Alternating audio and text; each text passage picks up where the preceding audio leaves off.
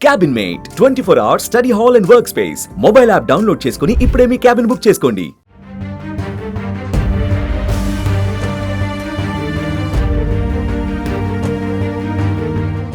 Mini Switzerland చూద్దామని ఒకరు, summer vacation enjoy చేద్దామని ఇంకొకరు, ఇలా కాశ్మీర్ అందాల్ని చూద్దామని వెళ్లిన వారికి మరణ శాసనం రాశారు ఉగ్రవాదులు.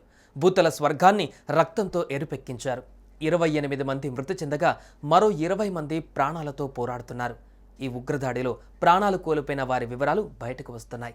ఈ ఘటనలో విశాఖవాసి చంద్రమౌళిని ముష్కరులు దారుణంగా హత్య చేసినట్టు తెలిసింది. ఉగ్రవాదులు చంద్రమౌళిని వెంటాడి మరీ కాల్చి చంపినట్లుగా సమాచారం.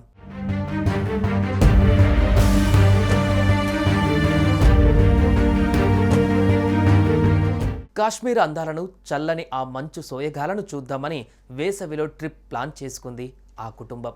60 దాటిన వయసులో సమ్మర్ వెకేషన్ ప్లాన్ చేసుకుని కాశ్మీర్కు బయలుదేరారు. 3 జంటలు ఈ నెల 18న బయలుదేరారు. అక్కడికి వెళ్లిన తర్వాత వారికి విధి ఇంకొకలా విషాదం పలకరించింది. అంతలోనే పెహల్గాంలో విశాఖవాసి చంద్రమౌళిని కాల్చి చంపారు ముష్కరులు. పారిపోతున్న వెంటాడి కాల్చినట్లుగా సమాచారం అందుకున్నారు పోలీసులు. చంపొద్దని వేడుకున్న మోడీకి చెప్పుకోండంటూ విచక్షణారహితంగా కాల్పులు జరిపారు.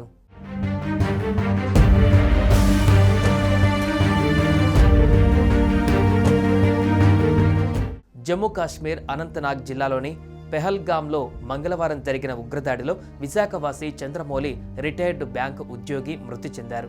హఠాత్తుగా దాడికి తెగబడ్డ ఉగ్రవాదులను చూసి పారిపోతున్న అతన్ని వెంటాడి మరీ కాల్చి చంపారు. తనను చంపొద్దని వేడుకున్న ఉగ్రవాదులు కనికరించలేదు. విశాఖ నుంచి ఈ నెల 18న జమ్మూ కాశ్మీర్కు 6 వెళ్లారు. చంద్రమౌళి ఆయన సతీమణి నాగమణితో పాటు మరో 2 దంపతులు వెళ్లారు.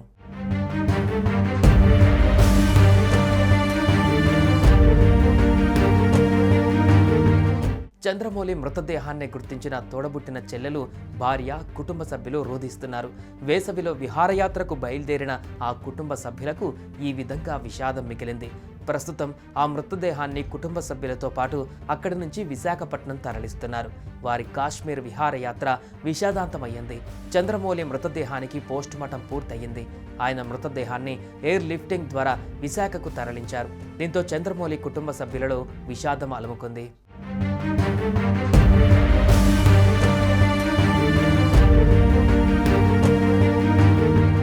ఈ దాడిలో మరణించిన పౌరులలో నూతన వరుడు శుభం ద్వివేది కూడా ఉన్నాడు. అతను తన భార్యతో కలిసి హనీమూన్ కోసం కాశ్మీర్కు వెళ్ళాడు. శుభం ఫిబ్రవరి 12, 2025న వివాహం చేసుకున్నాడు. పెళ్లి జరిగిన 2 నెలల్లోనే శుభం జీవితం విషాదకరంగా ముగిసింది. అతని భార్య జీవితంలో హనీమూన్ ఒక పీడకలలా మారింది.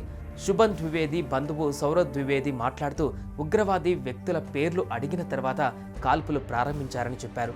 పేరు అడిగి మరీ శుభం తలపైన నేరుగా కాల్చి చంపారని ఆరోపించారు. ఇంకా ఈ దాడిలో ఉత్తరప్రదేశ్, మహారాష్ట్ర, ఆంధ్రప్రదేశ్, నేపాల్కి చెందిన పర్యాటకులు ఉన్నారు.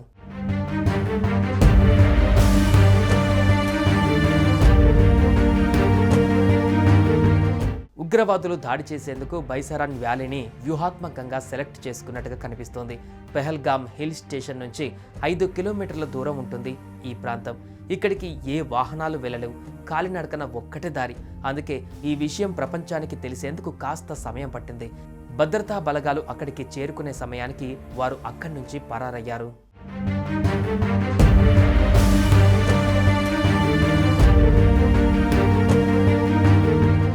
సుమన్ టీవీలో మీ పర్సనల్ అండ్ బిజినెస్ ప్రమోషన్స్ కోసం కింది నెంబర్కి కాంటాక్ట్ చేయండి.